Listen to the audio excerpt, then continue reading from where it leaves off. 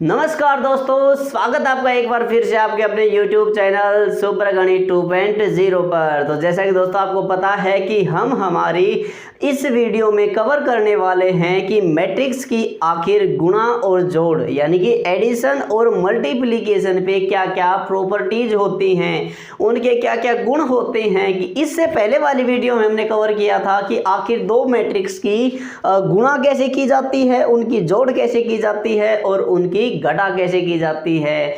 तो दोस्तों अगर आप इस तरह के क्वेश्चन को बिल्कुल आसानी से सॉल्व करना चाहते हैं तो बने रहिएगा हमारे और आपके अपने YouTube चैनल सुपर गणित 2.0 के साथ।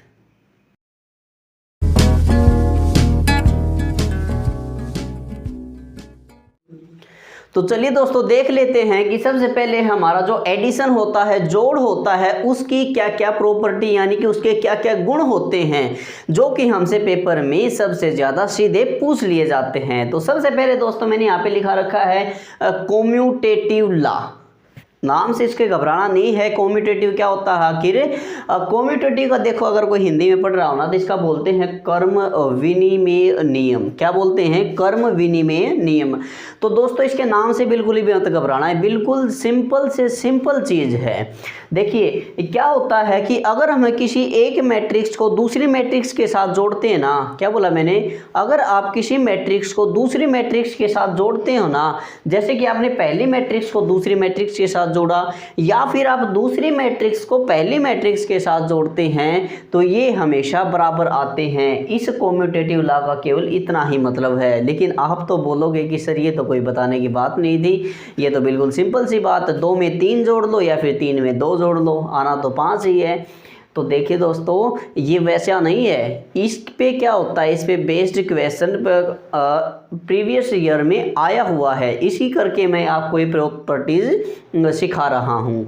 तो देखो दोस्तों अगर ए मैट्रिक्स में अगर आप बी जोड़ोगे या फिर बी मैट्रिक्स में ए मैट्रिक्स को जोड़ोगे तो आप इन दोनों को हमेशा बराबर ही पाओगे, ठीक है। और इनको जोड़ करने का तरीका हमने इसे पिछली वीडियो में सिखा दिया था। अगर आप उसके बारे में जानना चाहते हैं तो आप हमारे चैनल पर इसी से पिछले वाली वीडियो को विजिट कर सकते हैं। तो देखिए दोस्तों इसका जो दूसरे वाली प्रॉपर्टी है उसको बोलते हैं एसोसिएटिव लॉ, जिसको हिंदी में क्या बोला जाता है? सहचर्य नियम। क्या बोला जाता है? सहचर्य नियम। इस नियम के अनुसार क्या होता है कि मान लीजिए आपको कोई भी 3 मैट्रिक्स दी गई हो ए बी सी। क्या बोला मैंने? अगर आपको कोई भी 3 मैट्रिक्स दी गई हो ए बी और सी, अगर चाहें तो आप पहली 2 मैट्रिक्स को पहले जोड़ करके उसको तीसरी में जोड़ दीजिए, ठीक है। अगर चाहें तो आप पहली 2 मैट्रिक्स को जोड़ करके उसमें बाद में तीसरी मैट्रिक्स को जोड़ दीजिए, या फिर आप पहली मैट्रिक्स को अलग से रखिए, बी और सी मैट्रिक्स को तो पहले जोड़ दीजिए और उसके बाद ए मैट्रिक्स को उसमें ऐड कर दीजिए। आप इन दोनों चीज़ों को आपस में बराबर ही पाओगे, ठीक है। ये तो थी हमारी दूसरी प्रॉपर्टी। इसमें भी क्या है दोस्तों, आप बोलोगे सिंपल सी बात है, कोई बताने की जरूरत नहीं है। अगर ए बी पहले जोड़ दोगे, सी बाद में जोड़ोगे, या फिर ए बाद में जोड़ देना, पहले बी और सी जोड़ गए तो बराबर आना ही था।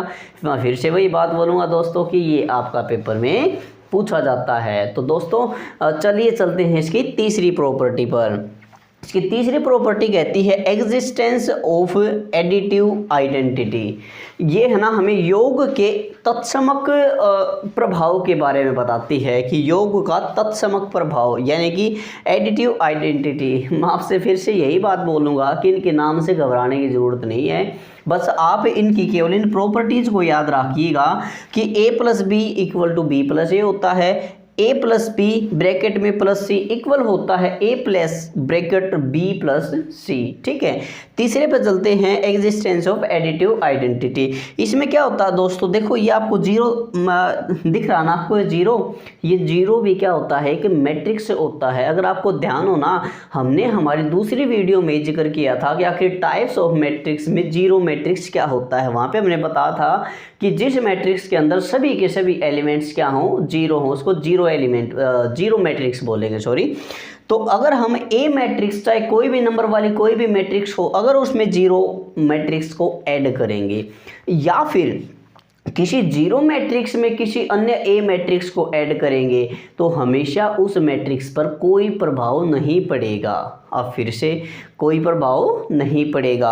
ए में अगर जीरो मैट्रिक्स को जोड़ ली या फिर जीरो में ए मैट्रिक्स को जोड़ लिए तो हमेशा मैट्रिक्स का उसका क्या रहेगा, ए का ए ही रहेगा, उस मैट्रिक्स पर कोई प्रभाव नहीं पड़ने वाला है। तो देखिए दोस्तों, अब अगली प्रॉपर्टी हमारी एग्जिस्टेंस ऑफ एडिटिव इनवर्स, प्रतिलोम के प्रभाव के बारे में बताती है, हमारे दो मैट्रिक्स के योग के बारे में। जैसे कि दोस्तों, अगर हम किसी ए मैट्रिक्स में जोड़ते हैं उसी मैट्रिक्स का नेगेटिव मतलब उसका नकारात्मक, जैसे कि ना कोई मैट्रिक्स ले ली हमने, सिंपल सी कैसे भी ले सकते हैं, अगर हम उसमें उसी का नेगेटिव मैट्रिक्स जोड़ दी या फिर नेगेटिव मैट्रिक्स में वो पॉजिटिव मैट्रिक्स जोड़ दें, इन दोनों का मान हमेशा किसके इक्वल होता है, जीरो के इक्वल होता है।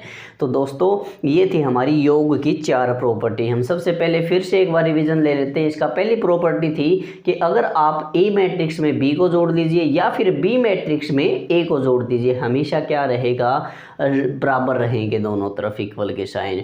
हमारी दूसरी प्रॉपर्टी क्या थी, एसोसिएटिव से संबंधित, अगर आप ए मैट्रिक्स में बी जोड़कर पहले बाद में सी को जोड़ते हैं या फिर बी और सी को पहले जोड़कर बाद में ए को जोड़ते हैं तो इन दोनों का मान भी हमेशा इक्वल के साइन के दोनों तरफ इक्वल रहेगा।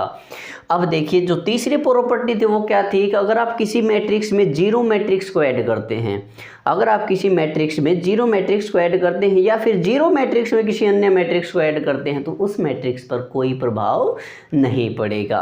अब जो फोर्थ थी एडिटिव इनवर्स वाली, उसके प्रतिलोम प्रभाव वाली, वो क्या बताती थी कि अगर हम किसी मैट्रिक्स में उसकी नेगेटिव मैट्रिक्स जोड़ते हैं या फिर किसी नेगेटिव मैट्रिक्स में उसकी पॉजिटिव मैट्रिक्स जोड़ते हैं तो वो दोनों की दोनों क्या हो जाएगी, जीरो बन जाएंगी, दोनों के दोनों जीरो मैट्रिक्स के इक्वल आ जाएंगे। देखिए दोस्तों इसमें जीरो लिखा हुआ ना, इसका मतलब ये जीरो नहीं है, सिंगल जीरो नहीं है, ये क्या है, एक जीरो मैट्रिक्स है। मतलब जो जिस ऑर्डर की दोनों मैट्रिक्स थी ना उसी ऑर्डर की हमारी जीरो मैट्रिक्स होगी। ये तो था दोस्तों हमारा एडिशन की प्रॉपर्टीज़ के बारे में कि अगर मैट्रिक्स की जोड़ की क्या क्या गुण होते हैं, प्रॉपर्टीज़ होती हैं, चारों को याद रखिएगा। इससे नेक्स्ट वीडियो हम जो लेके आने वाले हैं ना वो आपके लिए टॉप 50 क्वेश्चंस के लेके आने वाले हैं। उसमें हम आपको मैट्रिक्स के सबसे टॉप 50 क्वेश्चन वो कवर करवाने वाले हैं कि जिसमें जो कि क्वेश्चन सबसे ज़्यादा परीक्षाओं में पूछे गए हैं। जैसे कि अभी हरियाणा के पेपर, जैसे कि मैं हरियाणा से बिलोंग करता हूं तो यहाँ से मुझे थोड़ी ज़्यादा नॉलेज रहती है कि हरियाणा में सबसे जो अभी पीछे पेपर हुए थे उसमें सबसे ज़्यादा क्वेश्चन पूछा गया था, ये मैट्रिक्स के से रिलेटेड क्वेश्चन आए थे। अगर आप किसी 12th बोर्ड में हैं, अगर आप उन 50 क्वेश्चंस का भी टोटल सेट प्रैक्टिस कर लेते हैं तो आपका पेपर में से कोई नंबर काटने वाला नहीं है। तो चलिए दोस्तों ये हमारा एडिशन की प्रॉपर्टीज़ थी। अब चलते हैं हमारी मल्टीप्लिकेशन की प्रॉपर्टीज़ क्या होती हैं।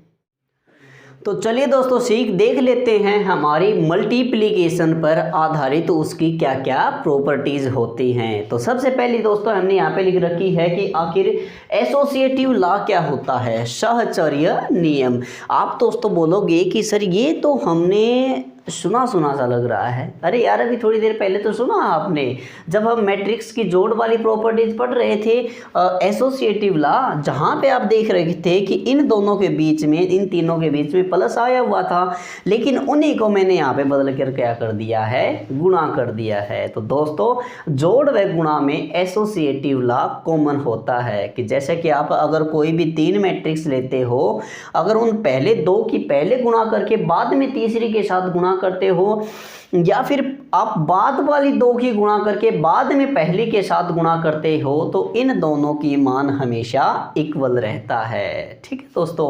अब जैसे कि आप बोलोगे कि सर ये एसोसिएटिव लॉ तो दोनों में कॉमन हो गया, लेकिन वो जो आप बता रहे थे कि कम्यूटेटिव लॉ भी था, इसमें क्यों नहीं पूछा जाता। कम्यूटेटिव लॉ था क्या था कि जब हम ए में बी को जोड़ते थे या फिर हम बी में ए को जोड़ते थे तो ये दोनों मान हमेशा इक्वल आते थे। याद रखना दोस्तों, गुणा करते वक्त ऐसा बिल्कुल भी नहीं होगा कि आप बोलो कि अगर हम सर ए में बी की गुणा कर दें या फिर हम गुणा कर देते हैं बी की ए के साथ, क्या ये भी आपस में इक्वल होंगे का? याद रखना दोस्तों, कभी भी ऐसा नहीं हो सकता। ये प्रॉपर्टी हमारी क्या है, हमेशा इक्वल नहीं हो सकती। ठीक है, इसका मतलब एसोसिएटिव लॉ तो होता है दोनों में कॉमन, कॉम्यूटेटिव लॉ नहीं होता है। तो अब दोस्तों चलते हैं इसकी दूसरी property, the distributive law. Distribute करने का क्या मतलब होता है दोस्तों? वितरण करना, यानी कि बांटना। ठीक है, कि A में अगर B प्लस C की गुणा करोगे तो ये किसके इक्वल हो जाएगा? AB प्लस में AC के। फिर से सुनना, अगर आप B प्लस C की गुणा करते हो किसी अन्य मैट्रिक्स A के साथ, तो ये A क्या होगा? बारी बारी से इन दोनों के साथ गुणा हो जाएगा। यानी कि A की B के साथ हो जाएगी, पहले AB की गुणा करो, प्लस में करो A की C के साथ। ये थी हमारी दूसरी प्रॉपर्टी कि अगर आप या तो B प्लस C का पहले जोड़ करके A से में गुणा कर लीजिए, या फिर आप इन A की पहले B से गुणा कीजिए, बाद में इस A की C के साथ गुणा करिए और बाद में इन सब को जोड़िए। इन दोनों का मान हमेशा क्या हो जाएगा?